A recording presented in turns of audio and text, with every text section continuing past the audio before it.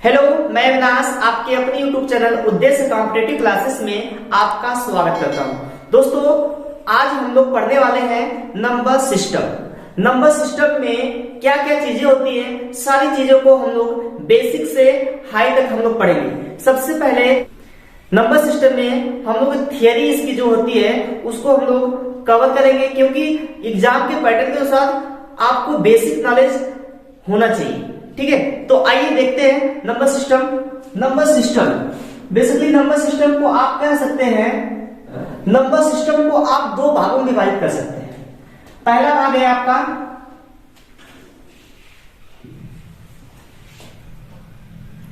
Real number,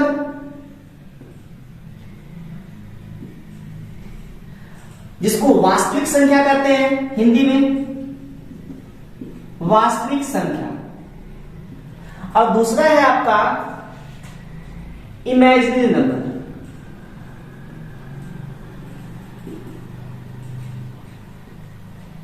इसको कहते हैं काल्पनिक संख्या। काल्पनिक संख्या देखिए, वास्तविक संख्याएं क्या होती है और काल्पनिक संख्याएं क्या होती हैं, इसको आज हम लोग समझेंगे। देखिए, काल्पनिक संख्याएं क्या होती हैं, जिसका हम लोग स्क्वायर रूट नहीं निकाल सकते, जिसका हम लोग स्क्वायर रूट नहीं निकाल सकते, लाइक दैट। देखिए, जैसे में अगर बात की जाए कड़ी में -2, कड़ी में -5, यानी जो स्क्वायर रूट निगेटिव में होगा वो क्या होगा, आपका काल्पनिक संख्या होगा। और कड़ी में -7, ये सब आपकी क्या है, काल्पनिक संख्याएं। क्या है, काल्पनिक संख्याएं। अब ध्यान दीजिएगा, इसको हम लोग व्यक्त करते हैं आई से, जिसको कहते हैं आयोटा। क्या कहते हैं, आयोटा। आई बराबर होता है कड़ी में -1, आई बराबर होता है कड़ी में -1, इसको कहते हैं आयोटा। अब आते हैं हम लोग रियल नंबर, वास्तविक संख्या के बारे में हम लोग समझते हैं कि वास्तविक संख्या क्या होती है। इसको देखते हैं। आप इसको कह सकते हैं कि ऐसी संख्याएं जिन्हें हम नंबर लाइन पे व्यक्त कर सकते हैं, जिसको संख्या रेखा पर व्यक्त कर सकते हैं, वो आपकी क्या है, वास्तविक संख्या है। देखिए, वास्तविक संख्या 0, 1, 2, 3, यहां पर -1, -2, -3, इधर जो होंगी संख्या है वो सब बढ़ती जाएगी। ठीक है, अब ध्यान दीजिएगा, क्या जो रियल नंबर है इसमें केवल और केवल यही संख्याएं दिखाई जा सकती हैं? क्या यहाँ पर 0.5 नहीं हो सकता और यहाँ पर 1.5 नहीं हो सकता? यानी कहने का मतलब यह हुआ कि इसमें आपका डेसिमल भी है और इंटीजर भी है, डेसिमल भी है और इंटीजर भी है। तो ध्यान दीजिएगा, तो वास्तविक संख्या के दो भाग होंगे। कौन कौन से? एक होगा आपका इंटीजर, जिसको हिंदी में कहते हैं पूर्णांक, जिसको हिंदी में कहते हैं पूर्णांक। और होता है एक डेसिमल, डेसिमल इसको हिंदी में कहते हैं दशमलव, दशमलव संख्या, इसको हिंदी में कहते हैं हम लोग दशमलव संख्या। तो हम लोग पूर्णांक के बारे में अभी ना चर्चा करके हम लोग डेसिमल के बारे में अध्ययन करते हैं कि डेसिमल क्या होता है। अब डेसिमल के दो भाग होते हैं। ध्यान दीजिएगा, डेसिमल के दो भाग, एक होता है टर्मिनेटिंग, एक होता है टर्मिनेटिंग,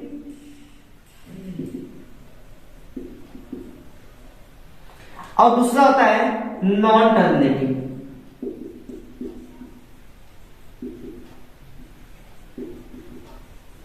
और दूसरा क्या होता है, नॉन टर्मिनेटिंग। टर्मिनेटिंग इस होता है शांत दशमलव संख्या, और नॉन टर्मिनेटिंग इस होता है अशांत दशमलव संख्या।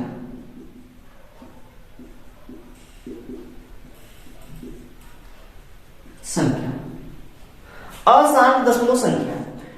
तो बात करते हैं सबसे पहले हम लोग टर्मिनेटिंग के बारे में। टर्मिनेटिंग संख्याएं क्या होती हैं, यानी शांत संख्याएं क्या होती हैं। यदि हम किसी संख्या में भाग देते हैं तो वो संख्या दशमलव के बाद पूरा पूरा विभाज्य हो जाए, पूर्णतः विभाज्य हो जाए, वो सब होंगे टर्मिनेटिंग। क्या होंगे?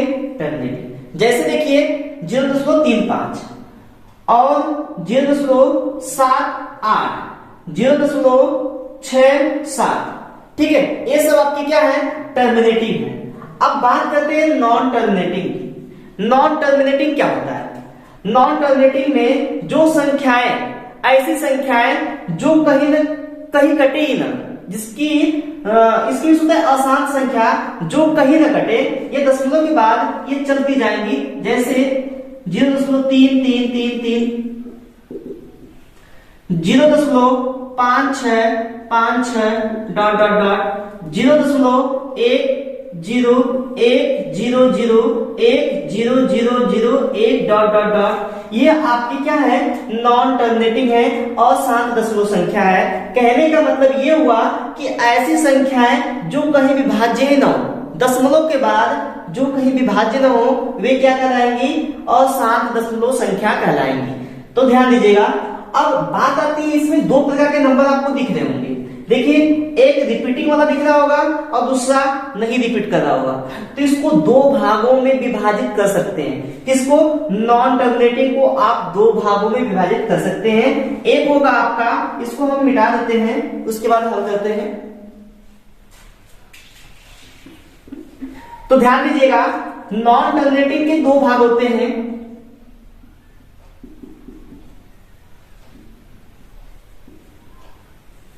नॉन टर्मिनेटिंग के दो भाग होते हैं। एक होगा आपका रिपीटिंग और दूसरा है नॉन रिपीटिंग।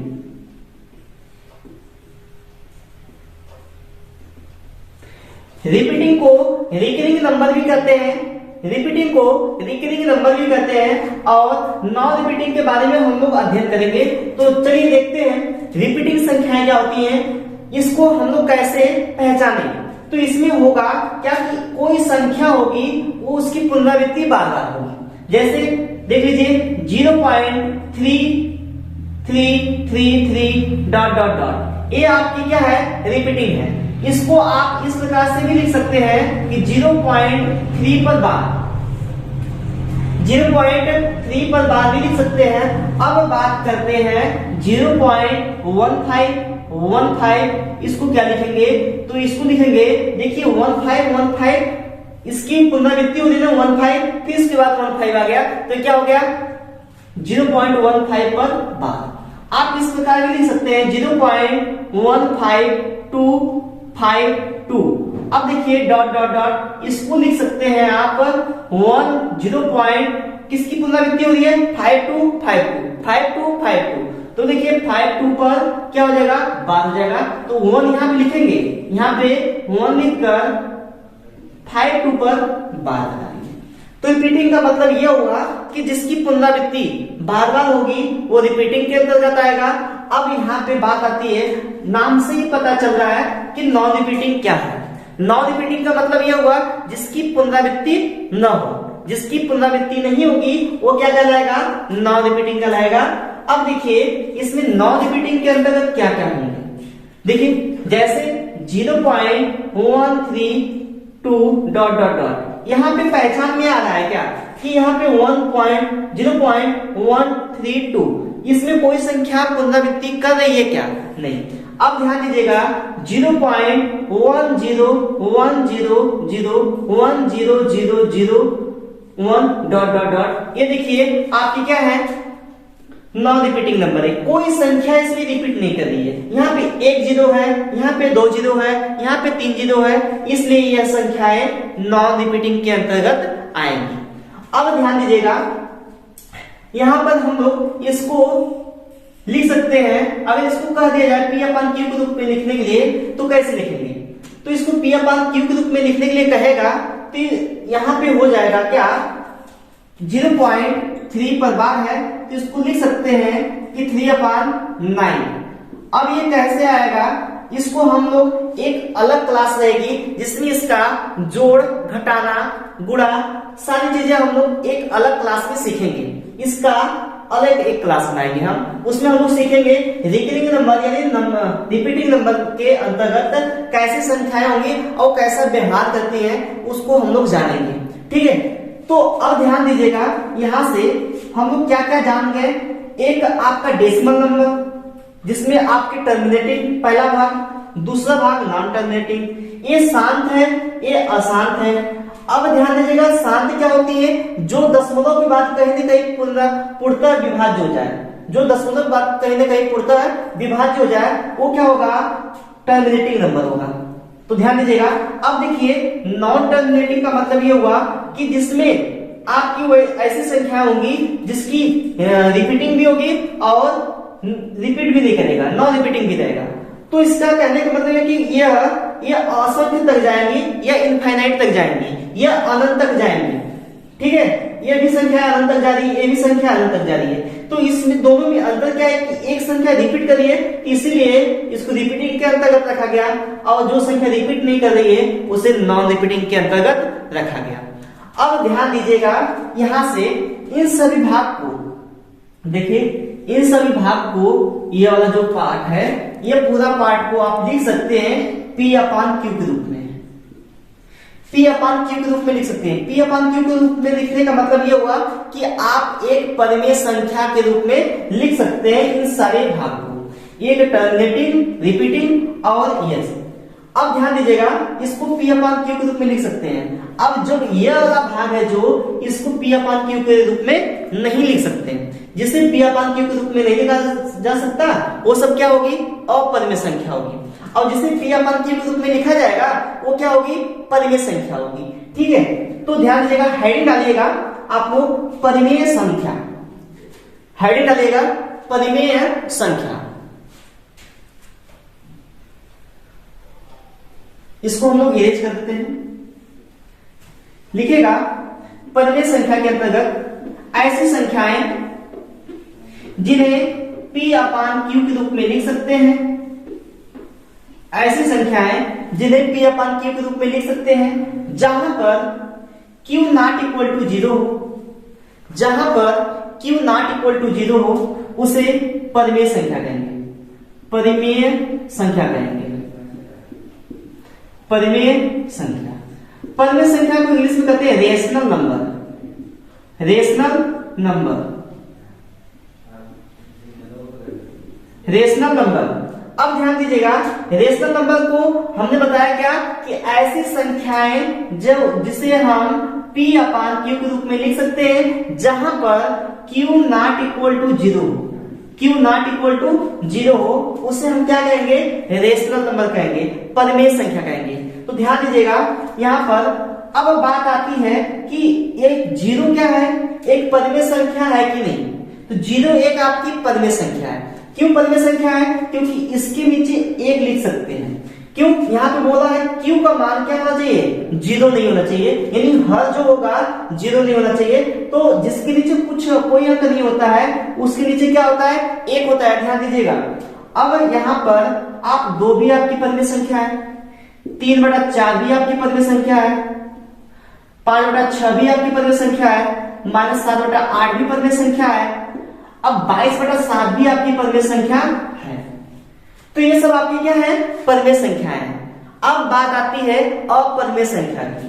अपरिमेय संख्या क्या होती है, तो लिखिएगा अपरिमेय संख्या, अपरिमेय संख्या। अपरिमेय संख्या को इंग्लिश में लिखते हैं इरेशनल नंबर, इरेशनल नंबर। तो लिखिएगा इसके अंतर्गत ऐसी संख्याएं जिन्हें हम P/Q के रूप में नहीं लिख सकते, जिसे हम P/Q के रूप में नहीं लिख सकते उसे क्या कहते हैं, अपरिमेय संख्या कहते हैं। ठीक है, तो ध्यान दीजिएगा, इसको कैसे हम लोग क्लासिफाई करेंगे। देखिए इसको हम लोग कैसे पहचाने कि अपरिमेय संख्या है। जैसे हमने लिखा है यहाँ पे 22/7, अब 22/7 ये लिख सकते हैं इसको आप पाई। अब पाई जो है आपकी अपरिमेय संख्या है। देखिए 22/7 जो है ना, ये लगभग मान है पाई का, ठीक है, तो पाई आपकी अपरिमेय संख्या है। और कड़ी में 3, कड़ी में 5, ये सब क्या है आपकी अपरिमेय संख्या है। और क्या है अपरिमेय संख्या के अंतर्गत 0.10101001 डॉट डॉट डॉट, ये सब क्या है आपकी अपरिमेय संख्या है। ये सब क्या है अपरिमेय संख्या है। और क्या हो सकता है 0.1236 डॉट डॉट डॉट, इसमें किसी की पुनरावृत्ति नहीं हो रही है ना, तो ये आपकी क्या होगी अपरिमेय संख्या होगी। क्या होगी अपरिमेय संख्या। तो ध्यान दीजिएगा इस चीज का, ये सब बेसिक चीजें हैं। यदि आपका बेसिक मजबूत है तो आप बड़े आराम से कोई भी क्वेश्चन इजीली सॉल्व कर सकते हैं। ठीक है, तो ये सब थ्योरी है, इसको जानना बहुत ही जरूरी होता है नंबर सिस्टम के अंतर्गत। ठीक है, तो लिख लीजिएगा आप लोग। उसके बाद हम लोग आ जाते हैं पुराण पे। ठीक है, चलिए हम लोग समझते हैं इंटीजर के बारे में। इंटीजर क्या होता है? इंटीजर पूर्णांक। पूर्णांक किसे कहते हैं, इंटीजर किसे कहते हैं? चलिए लिखिएगा आप इसको। ऐसी संख्याएं जिन्हें हम P अपान Q के रूप में लिख सकते हैं। ऐसी संख्याएं जिन्हें हम P अपान Q के रूप में लिख सकते हैं उसे हम कहते हैं इंटीजर। जहां पर Q इक्वल टू 1। आप लोग कंफ्यूज मत होइएगा कि यहाँ पर आपका ये परिमेय संख्या की भी परिभाषा मैंने बताया कि P अपान Q के रूप में लिख सकते हैं, जहां पर Q नॉट इक्वल टू 0 था वहां पे, और यहाँ पे Q इक्वल टू क्या है 1 है, इसलिए क्या है पूर्णांक है। आप इसको दूसरी भाषा में कर सकते हैं पूर्णांक। ऐसी संख्या जो अपने आप में पूर्णांक हो, ऐसी संख्या जो अपने आप में पूर्णांक हो उसे कहते हैं पूर्णांक। अब पूर्णांक को भी आप लोग नंबर लाइन पे व्यक्त कर सकते हैं, नंबर लाइन पे व्यक्त कर सकते हैं। तो नंबर लाइन पे व्यक्त करने के लिए तो उसमें आपका एक पूर्ण अंक ही होगा ना, उसमें तिहाई चौथाई ना डेसिमल कुछ नहीं होगा। आपका क्या होगा केवल और केवल एक पूर्ण अंक ही होगा। ठीक है, देखिए 0 1 2 3 4, यहाँ पे -1 -2 -3, इस तरह आपकी संख्याएं बढ़ती चली जाएंगी। तो ध्यान दीजिएगा ये आपका रहा पूर्णांक। अब पूर्णांक के अंतर्गत ये जो इधर वाला भाग है, ये वाला भाग, ये आपका क्या कहलाएगा पॉजिटिव इंटीजर। क्या कहलाएगा पॉजिटिव इंटीजर, यानी धनात्मक संख्या भी कह सकते हैं इसको, हम हिंदी में लिख देते हैं धनात्मक संख्या, धनात्मक पूर्णांक कह सकते हैं, धनात्मक पूर्णांक। और ये वाला जो भाग होगा इसको कि ऋणात्मक पूर्णांक कहते हैं।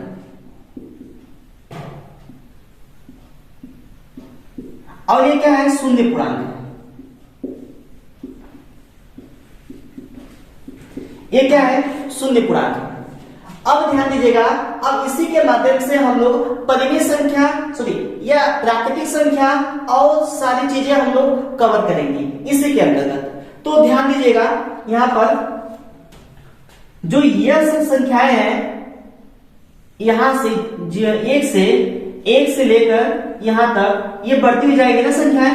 तो 1 2 3 4 इसे क्या कहेंगे हम लोग एक नेचुरल नंबर कहेंगे। क्या कहेंगे नेचुरल नंबर। अब नेचुरल नंबर क्या होता है, एक प्राकृतिक संख्या इसको कहते हैं, प्राकृतिक संख्या, प्राकृतिक संख्या, इसे हम लोग कहते हैं प्राकृतिक संख्या।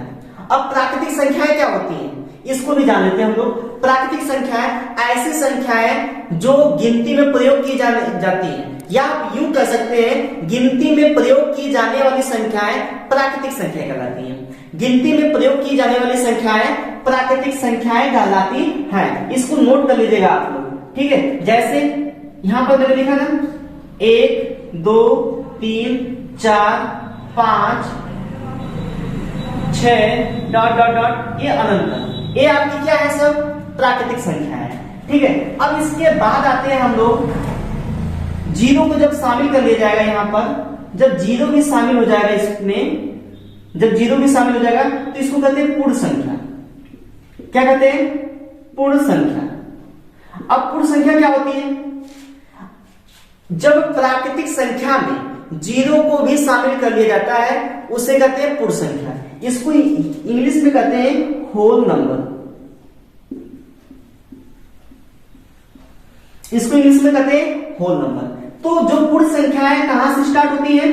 एक जीरो से स्टार्ट होती है। 0 1 2 3 4 या अनंत तक जाएगी। ये सब संख्याएं क्या होंगी? पूर्ण संख्या होंगी। अब पूर्ण संख्या कहां से स्टार्ट होती है? आप लोग भूलिएगा मत, पूर्ण संख्याएं जीरो से स्टार्ट होती है। 0 1 2 3 4। और जीरो की खोज भारत में हुआ था और जीरो की खोज किसने किया था? आर्यभट्ट ने किया था।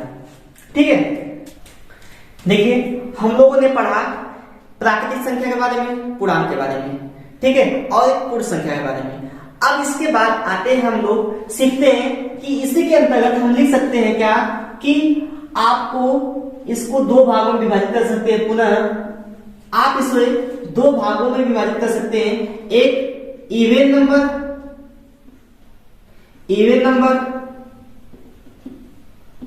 और एक ऑड नंबर। एक इवन नंबर, एक ऑड नंबर। इवन नंबर जैसे होता है सम संख्या और ऑड नंबर में होता है विषम संख्या। इसके भी होता है विषम संख्या और इस इवन नंबर में होता है सम संख्या। तो बात आती है इसकी परिभाषा की कि इवन नंबर यानी सम संख्या की परिभाषा क्या होती है। तो लिखिएगा आप लोग, ऐसी संख्याएं जो 2 से पूर्णतया विभाज्य हो जाए।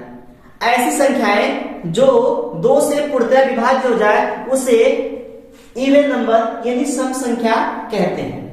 जैसे 2 4 6 8 ये अनंत तक जाएगा, ये क्या होगा? इवन नंबर होगा। क्या होगा? Even number. अब बात आती है विषम संख्या।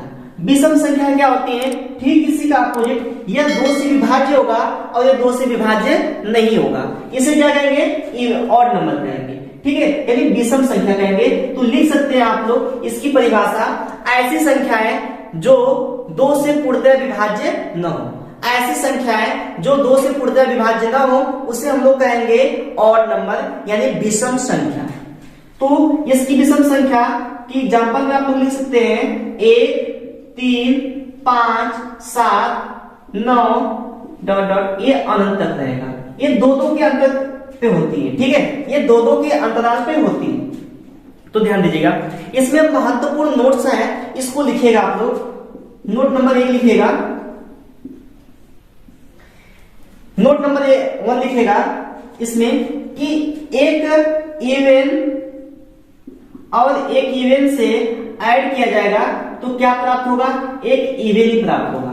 इवन का मतलब समझ रहे हैं? सम और सम को ऐड करेंगे एक सम संख्या प्राप्त होगी। एग्जांपल में देखिए, जैसे 2 है और 4 है, इसको जोड़ेंगे कितना प्राप्त होगा? 6 प्राप्त होगा। तो 2 और 4, ये 2 भी आपकी सम संख्या है और 4 भी आपकी सम संख्या है। इसको जोड़ने पे 6 प्राप्त हुआ जो कि आपकी एक क्या है? सम संख्या है। अब इसलिए यह क्या हो जाएगा? एक सम और एक सम यानी एक इवन और एक इवन को ऐड करने पर आपका सम बनता है, एक इवन ही बनता है। अब इसके बाद एक इवन प्लस एक ऑड को हम ऐड करेंगे तो क्या प्राप्त होगा? यहां पर आपको ऑड प्राप्त होगा। क्या प्राप्त होगा? ऑड। देखिए, जैसे मान लीजिए आपका इवन है 8 और ऑड है 7। देखिए 8 और 7 को आप लोग ऐड करेंगे तो क्या प्राप्त होगा? 15 यानी 15 प्राप्त होगा। तो 15 आपकी क्या है? एक विषम संख्या है। देखिए 2 से विभाज्य है क्या? जब ये 2 से विभाज्य नहीं होगा तो इसे क्या कह सकते हैं? एक विषम संख्या है। ठीक है, तो यहां से ये प्राप्त हुआ। अब देखिए एक ऑड और एक ऑड का मतलब विषम और एक विषम को जब ऐड करेंगे तो एक इवन प्राप्त होता है। क्या प्राप्त होता है? इवन। कैसे? देखिए, जैसे आपका मान लीजिए 3 आपकी विषम संख्या है। 3 क्या है? एक विषम संख्या है और 5 भी आपकी एक विषम संख्या है। तो 3 और 5 को जब भी ऐड करेंगे एक सम संख्या प्राप्त होगी। ध्यान दीजिएगा, तो 5 और 3 कितना हो जाएगा? 8। 8 क्या है आपका? एक सम संख्या है। इसलिए आप एक ऑड और एक ऑड को ऐड करेंगे तो क्या प्राप्त होगा? एक इवन प्राप्त होगा। अब यहीं पे माइनस वाला भी कह सकते हैं, एक इवन में से एक इवन माइनस करेंगे तो क्या प्राप्त होगा, इवन प्राप्त होगा। जैसे 8 में से 4 माइनस करिए तो क्या प्राप्त हो रहा है, 4। 6 में से 2 माइनस करिए, क्या प्राप्त हो रहा है, 2। क्या ये 2 से पूर्णतः विभाज्य है? अगर ये 2 से पूर्णतः विभाज्य है तो ये इवन आएगा। तो यदि इवन में से इवन को माइनस करेंगे तो क्या प्राप्त होगा, इवन प्राप्त होगा।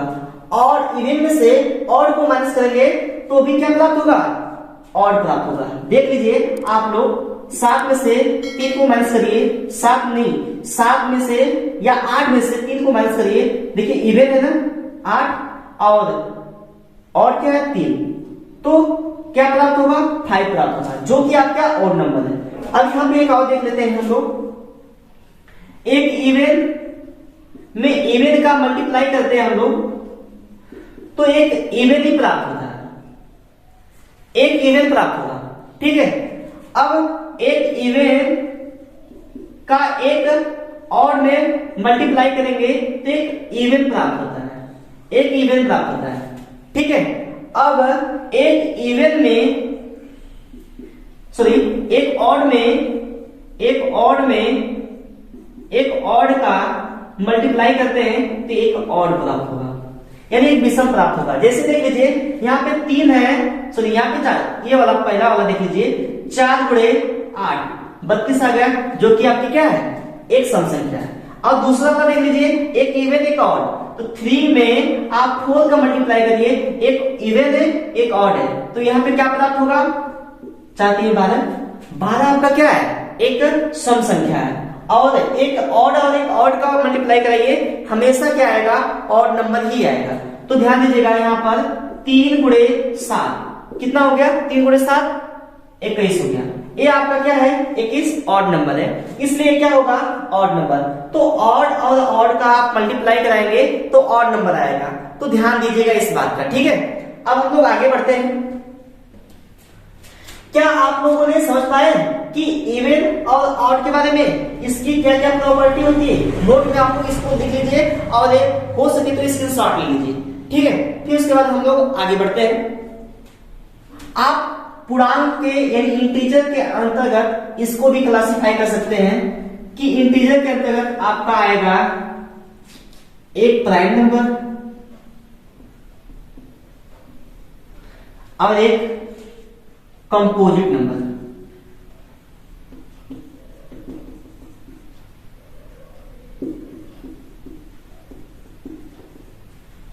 प्राइम नंबर और कंपोजिट नंबर, इसके में होता है अभाज्य संख्या है,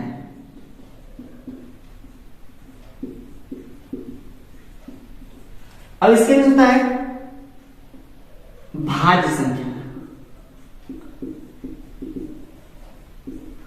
भाज्य संख्या, ये अभाज्य संख्या है, एक भाज्य संख्या है।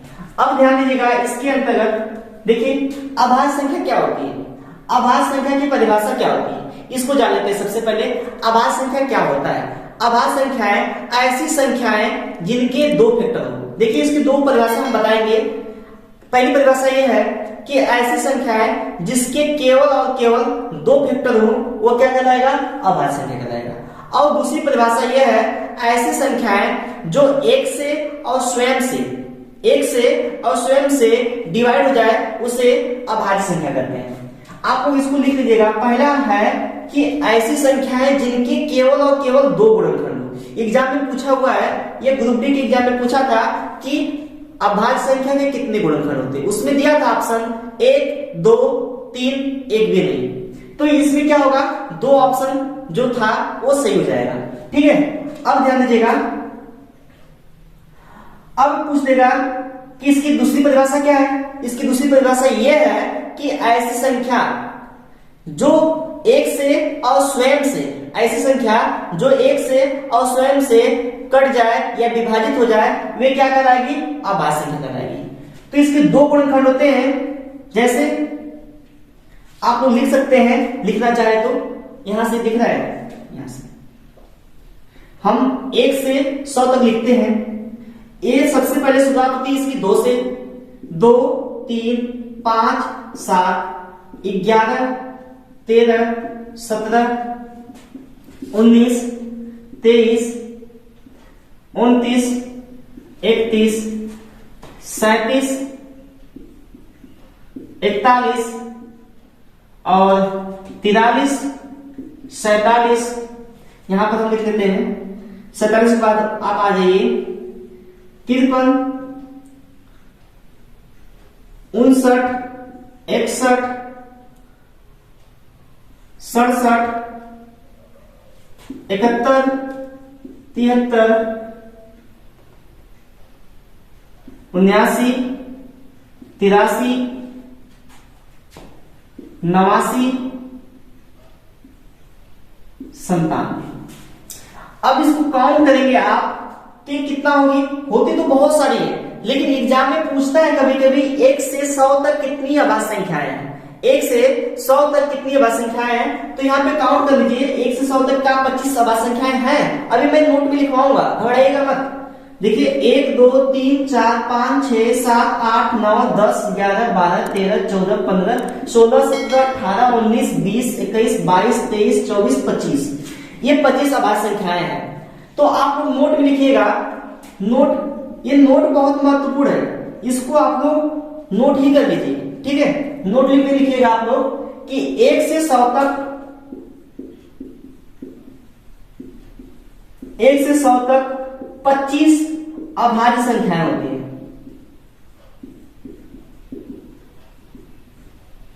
1 से 100 तक 25 अभाज्य संख्याएं होती है। 1 से 100 तक 25 अभाज्य संख्याएं होती हैं।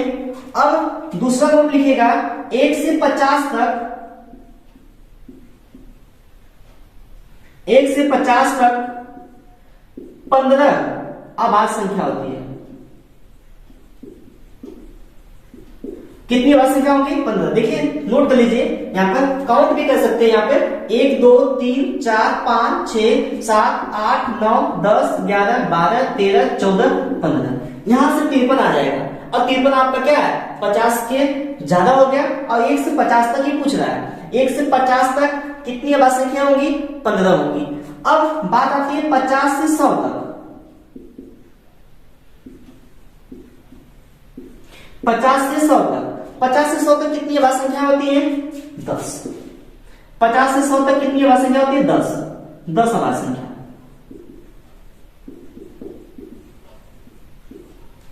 और इसमें सबसे छोटा प्राइम नंबर क्या है? 2 है। सबसे छोटा प्राइम नंबर क्या है? 2 है। तो अगला नोट में लिखिएगा सबसे छोटा प्राइम नंबर यानी अभाज्य संख्या है, आवाज संख्या 2 है, जो कि समभी है और अभाज्य भी है। क्या है? जो समभी है और अभाज्य भी है। ये जो 2 है, ठीक है, 2 समभी है और अभाज्य भी है, ठीक है, और सबसे छोटा प्राइम नंबर भी है, ठीक है। तो बात आती है 2 कैसे प्राइम नंबर है? 2 का फैक्टर करिए, 1 और 2। ये आपका प्राइम नंबर है। मैंने क्या लिखा है प्राइम नंबर का परिभाषा? कि ऐसी संख्या जिसके 2 गुणनखंड हो वो क्या कहलाएगा? अभाज्य संख्या कहलाएगा, ठीक है। तो नोट कर लीजिए। फिर उसके बाद हम लोग पढ़ते हैं भाज्य संख्या के बारे में, ठीक है। और एक बात ध्यान रखिएगा, ये जो अभाज्य संख्याएं हैं किस फॉर्म में होती हैं? 6k ±1 के फॉर्म में होती है। 6k ±1 के फॉर्म में होती है। इसी फॉर्म में होंगी आपकी सारी अभाज्य संख्याएं। और भी कर सकते हैं 6k + 5, इसमें भी होगा। फिर या 6k ±7, ये तीनों में आपकी अभाज्य संख्याएं होंगी। 6k ±1, 6k ±5 और 6k ±7 के फॉर्म में अभाज्य संख्याएं होती हैं। आप इसको नोट कर लीजिए। फिर उसके बाद हम लोग बढ़ते हैं भाज्य संख्या के बारे में, ठीक है। तो नोट करिए मेरा से।